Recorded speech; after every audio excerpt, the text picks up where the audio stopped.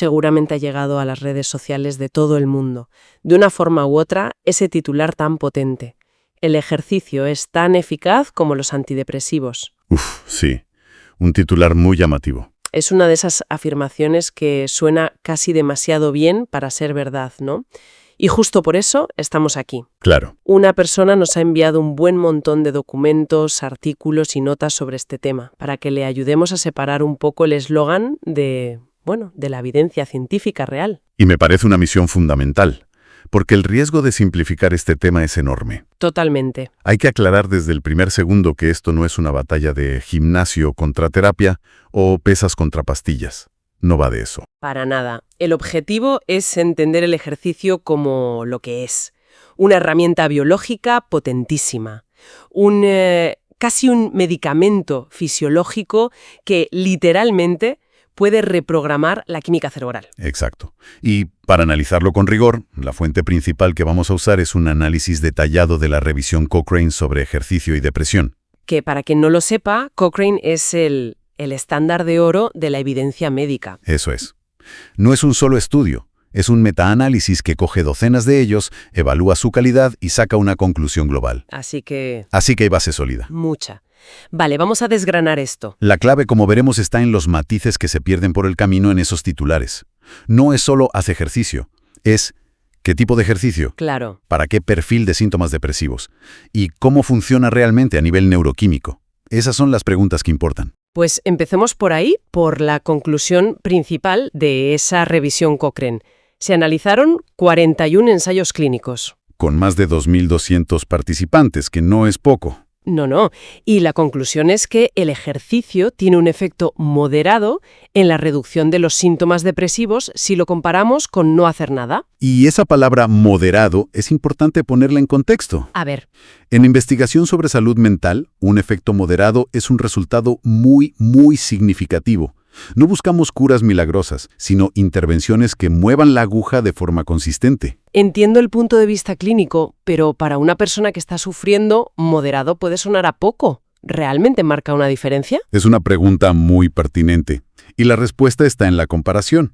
Aquí es donde la cosa se pone realmente interesante, como decías. Ajá. El dato más llamativo de la revisión es que esa eficacia moderada es estadísticamente similar a la de la psicoterapia cognitivo-conductual. ¡Ostras! Y a la de ciertos antidepresivos. No significa que sea mejor, ojo, pero sí que juega en la misma liga en términos de resultados. O sea, que estamos hablando de una herramienta que está al mismo nivel que los tratamientos de primera línea. Eso sí que cambia la perspectiva, ¿eh? Totalmente. Y otro matiz crucial que derriba una barrera mental enorme es el de la intensidad. Que no hace falta matarse en el gimnasio, ¿no? Para nada. Los estudios demuestran que no hace falta convertirse en un atleta de élite. Actividades como caminar a paso ligero, practicar yoga o hacer un entrenamiento de fuerza moderado. Cosas accesibles. Eso es. Ya mostraron beneficios significativos. La clave no es la heroicidad, es la constancia. Vale, el panorama general es muy positivo, pero si algo hemos aprendido aquí es a desconfiar de las historias demasiado perfectas. Siempre hay un pero. Y los propios investigadores de Cochrane son los primeros en poner las cartas sobre la mesa y hablar de las limitaciones. Lo fascinante aquí es la honestidad de la propia ciencia. Los buenos investigadores no ocultan las debilidades de su trabajo. Claro. Y la primera y más importante es la calidad de la evidencia. Es imposible hacer un estudio de doble ciego con el ejercicio. Claro, la persona siempre sabe que está haciendo ejercicio, no puedes darle una pastilla de placebo de ejercicio. Exacto. Y si crees firmemente que salir a correr te va a hacer sentir mejor, pues es más probable que te sientas mejor. El efecto placebo aquí es inevitable. Y es imposible medir cuánto influye. Otra limitación importante es el sesgo de publicación. ¿Qué es eso exactamente? Pues que en el mundo académico es mucho más probable que se publiquen los estudios que encuentran un resultado positivo, en este caso, que el ejercicio funciona, Ah, vale. que aquellos que no encuentran ningún efecto. Y con el tiempo, esto puede inclinar la balanza en los metaanálisis y hacer que el efecto global parezca un poco más grande de lo que realmente es. Es como si en un campeonato de fútbol solo se retransmitieran los partidos en los que gana el equipo local. Al final del año pensarías que es invencible. Es una analogía perfecta. Pero quizá la limitación más importante, la que hay que tratar con más cuidado, tiene que ver con la propia naturaleza de la depresión. ¿Te refieres a la? Hablamos del concepto de abulia. La abulia. Esa palabra que suena tan técnica pero que describe algo tan devastador. Efectivamente, La abulia es esa falta de energía, de voluntad, de motivación para hacer cualquier cosa. Es un síntoma central de la depresión. Claro. Recuerdo el caso de una persona que me decía, sé que debería salir a caminar. La ventana está ahí, el sol brilla, pero entre mi cerebro y mis zapatillas hay un muro de 1000 metros. ¡Qué imagen! Eso es la abulia, no es pereza. Por lo tanto, el consejo bien intencionado de «vete al gimnasio» puede ser completamente contraproducente. Porque si no puedes, te sientes aún peor. Exacto. La incapacidad para seguirlo puede generar todavía más culpa y frustración, y empeorar el cuadro. Vale, entiendo las limitaciones, sobre todo esta última, que es un círculo vicioso terrible. Pero para que todo esto tenga sentido, tenemos que entender el porqué. El mecanismo. ¿Sí? ¿Qué pasa realmente en el cerebro cuando nos movemos? Porque no puede ser solo distraerse un rato, ¿no? No para nada. Hay cambios químicos y estructurales muy reales. Hay 3 mecanismos biológicos principales que lo explican. A ver, el primero es el más famoso, las endorfinas y las encefalinas. Son nuestros opiáceos naturales. Se liberan durante el ejercicio, reducen la percepción del dolor. Y dan esa sensación de euforia, el subidón del corredor. El clásico. Ese es. Pero me da la sensación de que eso es solo el efecto a corto plazo, la guinda del pastel. Exacto. El segundo mecanismo es quizás el más importante a largo plazo, el BDNF. BDNF. Son las siglas del factor neurotrófico derivado del cerebro. La analogía que usan las fuentes es perfecta. Es como fertilizante para las neuronas. Fertilizante para las neuronas. Es una imagen potentísima. ¿Lo es? O sea, que no solo estamos liberando química para sentirnos bien un rato, estamos literalmente reconstruyendo parte del cerebro. Del cerebro para crear nuevas conexiones y fortalecer las existentes. ¡Increíble! Y esto es vital en el hipocampo, un área cerebral clave para la memoria y la regulación emocional, que a menudo se ve atrofiada, encogida, en personas con depresión crónica. O sea que el ejercicio ayuda a reforestar y a reconectar esa zona. Es un cambio estructural. Exactamente. Vale.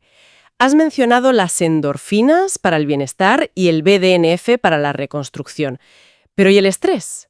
Porque el ejercicio en sí es una forma de estrés para el cuerpo. Buena pregunta. Suena contradictorio que estresar el cuerpo reduzca el estrés mental. Es una contradicción aparente, pero ahí está la clave del tercer pilar. La regulación del cortisol.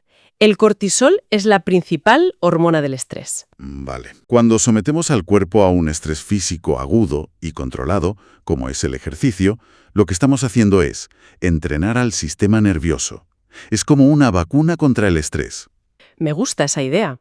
El cuerpo aprende a generar una respuesta de cortisol, pero también a desactivarla de forma más eficiente. Así, cuando aparece el estrés psicológico del día a día, el sistema está mucho mejor preparado para gestionarlo sin desbocarse. Vale, la neuroquímica empieza a tener sentido. Y eso me lleva a una pregunta muy práctica. Adelante. Si alguien quiere empezar, ¿qué es mejor? ¿Levantar pesas o salir a correr? ¿Fuerza o cardio? Porque las fuentes indican que aunque ambos son buenos, activan rutas un poco distintas. Sí, y esta es una de las áreas más interesantes de la investigación reciente.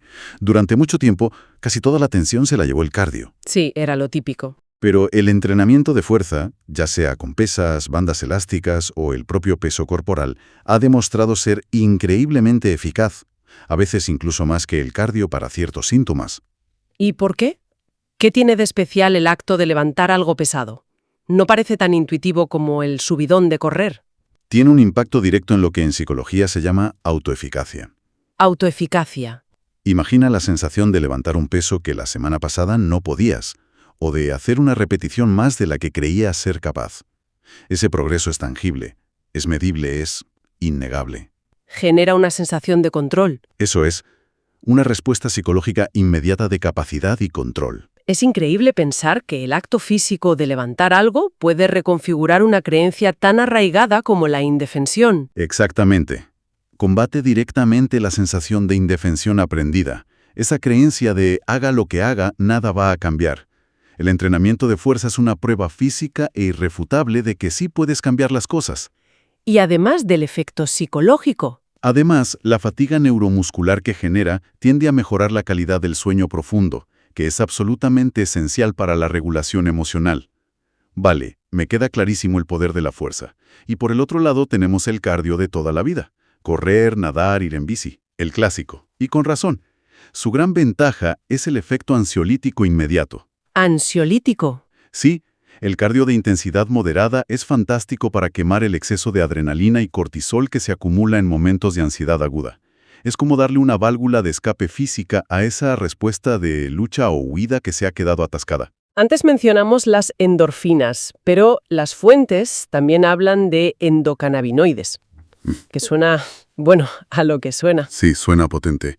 Es un descubrimiento más reciente. El cuerpo produce sus propios cannabinoides, que actúan sobre los mismos receptores cerebrales que ciertas sustancias externas que generan calma. Ya. El ejercicio cardiovascular de cierta duración estimula su liberación, lo que ayuda a calmar el sistema nervioso de una forma muy profunda. Y hay otro efecto del cardio que me parece fascinante, y que creo que todos hemos experimentado alguna vez. La desconexión cognitiva. El estado de flujo. Eso.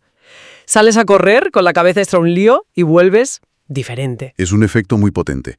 El movimiento rítmico y repetitivo, como el de correr o nadar, puede inducir un estado casi meditativo. Y eso ayuda a parar los pensamientos negativos, ¿no? Ayuda a frenar la rumiación, que es ese patrón de pensamientos negativos cíclicos, ese darle vueltas a la cabeza sin llegar a ninguna parte.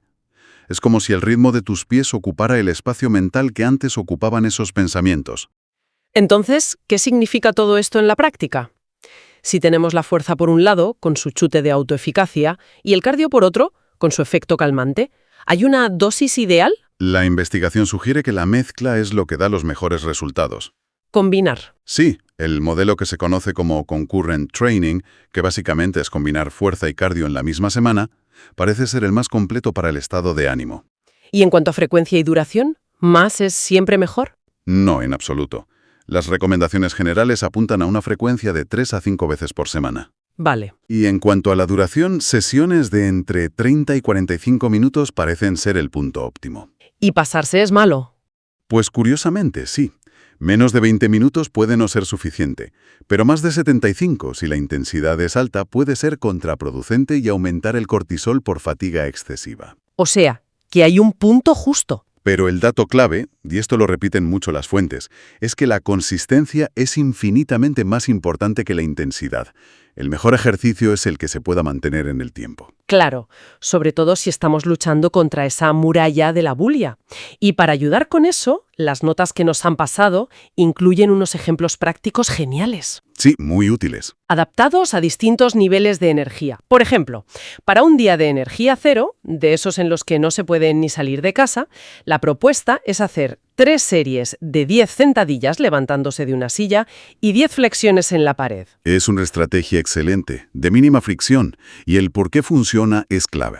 No se trata de quemar calorías. No. Se trata de que el simple hecho de sentir que los músculos responden y que puedes completar una tarea, por pequeña que sea, te devuelve una sensación real de control sobre tu propio cuerpo. Es una pequeña victoria. Una victoria que puede cambiar la trayectoria de un día. Me parece brillante.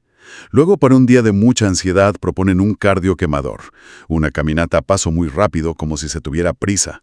Sí, 20 minutos, idealmente con música o un podcast. ¿Y por qué funciona tan bien en ese caso? Porque está muy bien enfocado en el síntoma. Esa caminata rápida eleva el ritmo cardíaco lo suficiente para ayudar a metabolizar el exceso de cortisol y adrenalina. Es una forma de decirle al cuerpo, toda esta energía de alerta, vamos a usarla para algo. Y luego viene la calma. Y al terminar, la liberación de endocannabinoides produce esa sensación de calma. Es usar el movimiento para un objetivo neuroquímico concreto. Y finalmente está lo que llaman el combo ganador, que es simplemente quedar con alguien para caminar por un parque. Esa es probablemente la intervención más completa, potente y accesible que existe. Es un 3 en 1. A ver. Tienes el ejercicio físico de la caminata, tienes la exposición a la luz solar, que es fundamental para regular los ritmos circadianos y el sueño, ¿Y? y el contacto social. Y el contacto social, que rompe el aislamiento, uno de los grandes motores de la depresión. Combina lo biológico, lo psicológico y lo social en una sola actividad. Para ir cerrando, creo que la idea principal con la que nos tenemos que quedar es que el ejercicio no es un sustituto mágico de nada. No, claro que no. Es un coadyuvante. Las fuentes usan la palabra turbo, y me gusta. Es el turbo que puede hacer que la terapia y la medicación, si son necesarias, funcionen mejor y más rápido. Esa es la visión correcta. No es una cosa u otra, es una sinergia. El ejercicio puede crear un estado cerebral más receptivo a los cambios que se trabajan en terapia, por ejemplo. Potencia las otras herramientas. Y esto implica un cambio de mentalidad fundamental. No se trata de entrenar para verse bien en el espejo, que puede añadir más presión. Sí. Se trata de entrenar para darle al cerebro la química que necesita para luchar. Y desde esa perspectiva, como dice una de las notas, si hoy solo se pueden caminar 5 minutos, esos 5 minutos son una victoria absoluta sobre la enfermedad. Esto plantea una pregunta importante para reflexionar. Dime. Si aceptamos que el movimiento tiene un impacto tan directo, tan físico y tan demostrable en la neuroquímica cerebral, Sí. ¿hasta qué punto el diseño de nuestras ciudades y nuestros trabajos, que a menudo nos fuerzan al sedentarismo, podría estar contribuyendo activamente a la crisis de salud mental que vivimos, Claro, deja de ser un problema de fuerza de voluntad individual. para convertirse en un problema de diseño colectivo? Da mucho que pensar, la verdad. Exacto. La conversación no debería ser solo sobre la elección individual de ir o no ir al gimnasio. Deberíamos preguntarnos cómo nuestros entornos, como sociedad, facilitan o impiden el acceso a este medicamento biológico que es tan fundamental para nuestro bienestar.